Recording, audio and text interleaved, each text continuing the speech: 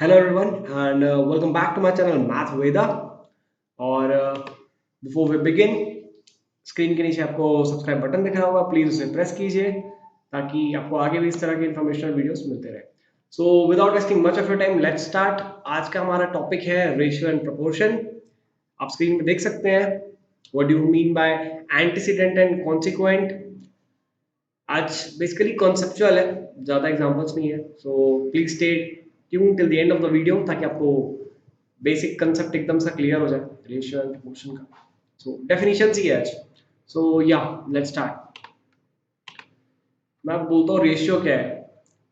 Ratio means, अब suppose ए और B दो नंबर्स हैं, तो ए इज टू बी, ये जो कोलन आपको आपको साइन दिख रहा होगा यहाँ पर, ए और ये कोलन का साइन देन बी, तो हम इसको ऐसे बोलते हैं ए इज टू बी या ए बाय बी। ठीक है, तो इसे हम कहते हैं ए और बी के बीच का ratio. Now the first term, अब जैसे आप, ये मैं स्क्रीन को भी दिखाता हूँ, अभी आपने देखा होगा स्क्रीन में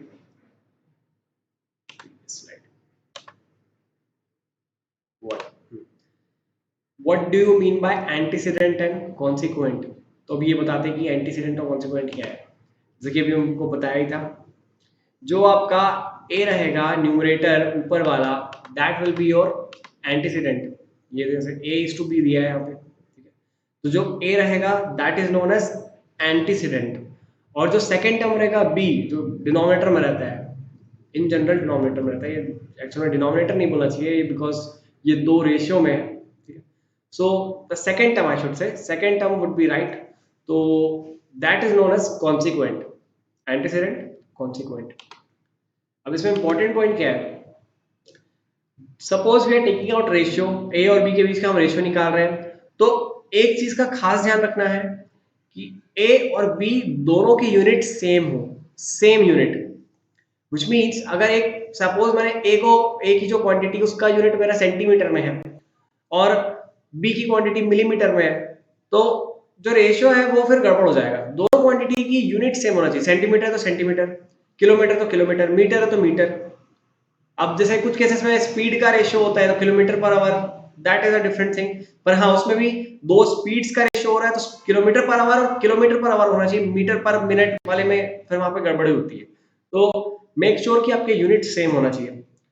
देन अदर थिंग इज, अब कोई भी रेशियो लेता हूं मैं, सपोज ए अपॉन बी, तो उसको मैं किसी पर्टिकुलर नंबर से डिवाइड करता हूं, बोथ द नंबर्स, ठीक है, ए को भी और बी को भी, तो रेशियो हमेशा सेम होगा।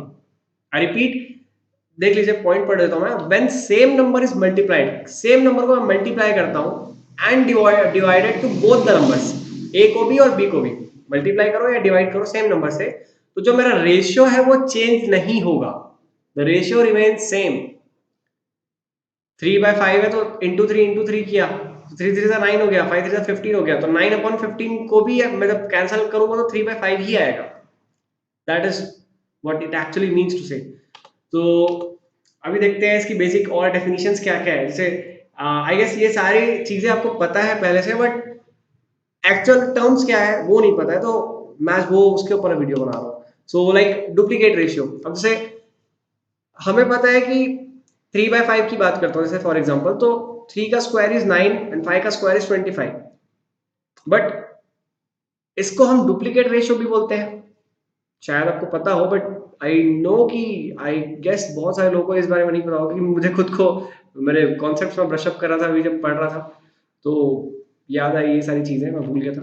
देखिए डुप्लीकेट रेशियो जो होता है दैट इज, जैसे 2/3, जैसे देखिए स्क्रीन पे 2² बाय 3², तो ये डुप्लीकेट रेशियो किसका, 2/3 का, मतलब 2:3 का स्क्वायर ऑफ द नंबर्स, बस याद रखना डुप्लीकेट रेशियो मींस स्क्वायर। अब यहाँ पे अगर मैं आगे सब लगा दूं, सब डुप्लीकेट लगा दूं, तो वो रूट रूट हो जाएगा, स्क्वायर रूट हो जाएगा। एग्जांपल के तौर पर, और अभी है डेफिनेशन आगे समझाता हूँ। Duplicate means square of the given ratio, ठीक है। सो एग्जांपल के में देखिए, 2 divide by 3 square, 2² by 3 square, या फिर 2² is the duplicate ratio of 2:3, ठीक है। मैं ट्रिप्लीकेट की बात करता हूं तो भाई क्यूब आ जाएगा वहां पे, सिंपल, 2² 3² है, यहाँ पे 2³ 3³ हो जाएगा, 2/3 का ही है वो भी रेशियो। नाउ सब डुप्लीकेट क्या होगा, इस केस में हम रूट ले लेंगे। जैसे देखिए 2:3 is the sub duplicate ratio of 4:9, क्योंकि 2 का स्क्वायर 4 होता है, 3 का स्क्वायर 9 होता है। इजी। अब से डुप्लीकेट हो गया, सब ट्रिप्लीकेट आएगा, तो वहां पे क्या हो जाएगा, क्यूब रूट हो जाएगा। 2:3 is the sub triplicate ratio of 8:27, क्योंकि 2 का क्यूब क्या होता है, यहाँ देखिए स्क्रीन पे, 2 का जो क्यूब है वो होता है 8, 3 का क्यूब होता है 27। ठीक ना। अब इनवर्स और रेसिप्रोकल रेशियो क्या होता है, मल्टीप्लिकेटिव इनवर्स पढ़ा है हमने, मतलब अगर a है तो उसका मल्टीप्लिकेटिव होता है, मल्टीप्लिकेटिव इनवर्स होता है 1/a, तो वैसे ही अगर 2:3 है तो इनवर्स रेशियो हो जाएगा 3:2। जस्ट उसको अल्टीपल्टी कर दो, देसी टर्म मल्टीपल्टी कर दो, numerator becomes the denominator, denominator becomes the numerator. Now अब मैं कंपाउंड रेशियो की बात करता हूं। तो अगर मेरे पास 3 नंबर्स है, दैट इज 1:2, 3:4, 5:6, या 1/2, 3/4 एंड 5/6, अगर ये तीनों मैं अगर बोलता हूँ कि रेशियो में है, तो इनका कंपाउंड रेशियो क्या होगा, multiplication of the numerators divided by multiplication of the denominators. ये देखिए 1, ये ऊपर में न्यूमरेटर में 1 है, यहाँ पे 3 है, यहाँ पे 5 है, तो मैं तीनों न्यूमरेटर्स को मल्टीप्लाई कर रहा हूँ। देन सेम वे में जो मेरे डिनोमिनेटर्स है 2, 4 और 6, मैं उनको डिनोमिनेटर में मल्टीप्लाई कर रहा हूँ। मेरा फाइनल आंसर आ गया, ये 15 अपॉन, उसको कैंसिल कर दिया तो 5 बाय, हाँ यहाँ पे 15/48 आता है, ये हो गया 5/16 आंसर। ओके, तो अब आते हैं प्रोपोर्शन में। प्रोपोर्शन क्या है, रेशियो तक तो एक बेसिक क्लियर होगा। Two equality, sorry the equality of two ratios is called as proportion, equality. जैसे कि a by b is to c by d, जहां पे देखिए 5:2, यहाँ भी इज टू 25:10, ये हो जाएगा प्रोपोर्शन, इक्वालिटी। अच्छा मैं और एक्सप्लेन करता हूँ इसको। जैसे देखिए यहाँ पे 25 और ये 10 है, अगर मैं इसको 5 से कैंसिल आउट करता हूँ तो ये मेरे को 5/2 ही मिलेगा। 5 5 जा 25, 5 2 जा 10, तो ये हो गया प्रोपोर्शन। नंबर्स बढ़ गए, प्रोपोर्शन सिमिलर ही है, ratio and proportion not that much different. So अगर a बाई बी की बात करता हूं मैं, is equals to c by D, ठीक है, तो अपन इसको ऐसे लिखेंगे, a टू b, ओवरऑल ये आपका proportional sign, c is to d, ठीक है। So now here a b c and d are, ये हाँ first proportion, second proportion, third proportion, fourth proportion, ये सबका एक टर्म उसका नाम हो जाएगा। ये फर्स्ट है, ये सेकंड है, ये थर्ड है, एंड देन ये फोर्थ प्रोपोर्शन, ठीक है।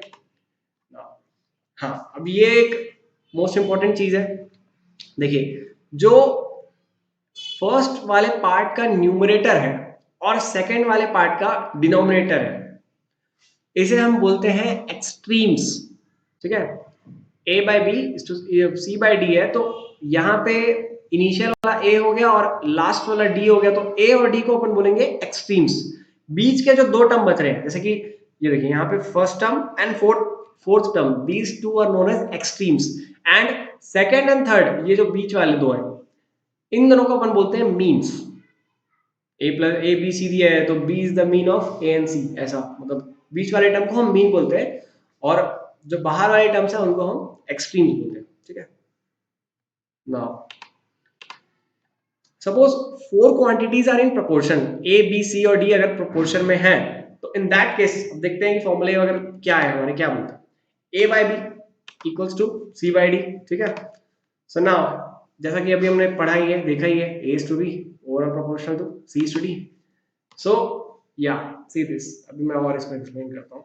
ये जो बीच के दो टर्म्स है, these are known as means, और ये जो सी बाई, ये ए और डी है जो एक्सट्रीम वाले, इनको बोलते हैं, जो बाहर वाले उनको एक्सट्रीम बोलते हैं। See this, B and C are means and A and D are extremes, alright.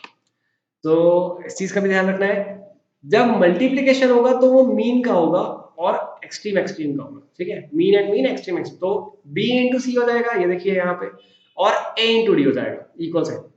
Cross multiplication है सिंपल सा, a बाय b और c बाय d, तो a इंटू डी और b इंटू सी हो गया, सिंपल। अब फोर्थ प्रोपोर्शन क्या होता है, अब सपोज a बाई बी और c बाई डी था, तो a बाई बी और c बाई एक्स ले लेते हैं। अगर हमको d की वैल्यू मतलब x की वैल्यू क्या हमें पता नहीं है, तो उस केस में हम क्या करेंगे, लिख दिया a by B equals to c by X लिख दिया। तो ऐसे केसेस में हमको आंसर कैसे मिलेगा, सिंपल है, क्रॉस मल्टीप्लाई करना है। सो हाँ, यहाँ पे नंबर के थ्रू मैंने एक्सप्लेन किया है, 3/2 किया is equals to 6 upon X कर दिया। तो ये क्रॉस मल्टीप्लाई करेंगे तो 3x इक्वल्स टू 12 हो जाएगा, ठीक है। 3 इंटू एक्स कर दिया, 6 इंटू 2 कर दिया, product of means is equals to product of extremes, simple सा रूल। सो दिस बिकम्स 6 इंटू 2, हाँ ये 3 नीचे आ गया, 6 टू 12 बाई 3 4।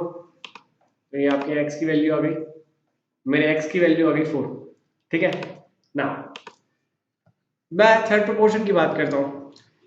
अब यहाँ पे 3 ही प्रोपोर्शन रहेंगे, फोर्थ प्रोपोर्शन नहीं रहेगा, a b और x है बस। So a upon b is equals to b upon x, ऐसा भी आएगा क्वेश्चन कि आपको 3 टर्म्स दिए हैं और आपस में प्रोपोर्शन में है वो। तो ऐसे केसेस में हम कैसे निकालेंगे आंसर, देखिए x will be equals to b square upon a हो जाएगा। क्यों, क्रॉस मल्टीप्लाई किया, ax हो गया equals to b into b square हो गया, तो x becomes what, b square upon a। ये अपना फॉर्मूला बोल सकते हैं, डायरेक्टली पुट कर सकते हैं अपन, बी स्क्वायर बाई, या तो ऐसा करके एक स्टेप आप स्किप कर सकते हैं डायरेक्टली, अगर बी स्क्वायर बाई करना है तो। Alright, so 2/4 is equals to 4 upon X, ठीक है। यहाँ पे 3 टर्म्स दिए हैं, 4 2 और यहाँ पे x है, तो x की वैल्यू क्या होगी, बी स्क्वायर बाई ए। तो ये 4 इंटू 4 मतलब 16/2 8 हो जाएगा, तो यहाँ पे x की वैल्यू 8 आ जाएगी। अब आते हैं मीन प्रोपोर्शन पे। तो अब मीन प्रोपोर्शन क्या है, जैसे कि थर्ड प्रोपोर्शन में हमने देखा, थर्ड टर्म था वहां पे। अब मीन है तो मीन में क्या होगा, x equals to B square by A आया था ना अभी लास्ट। सो लेट्स सी यहाँ पे क्या होता है, तो a अपॉन x और x यहाँ पे x अपॉन b है। सो व्हाट विल हैपन, ये जो x है यहाँ पे, x into x x square हो गया और a इंटू बी मल्टीप्लाई हो जाएगा। So x will be equals to what,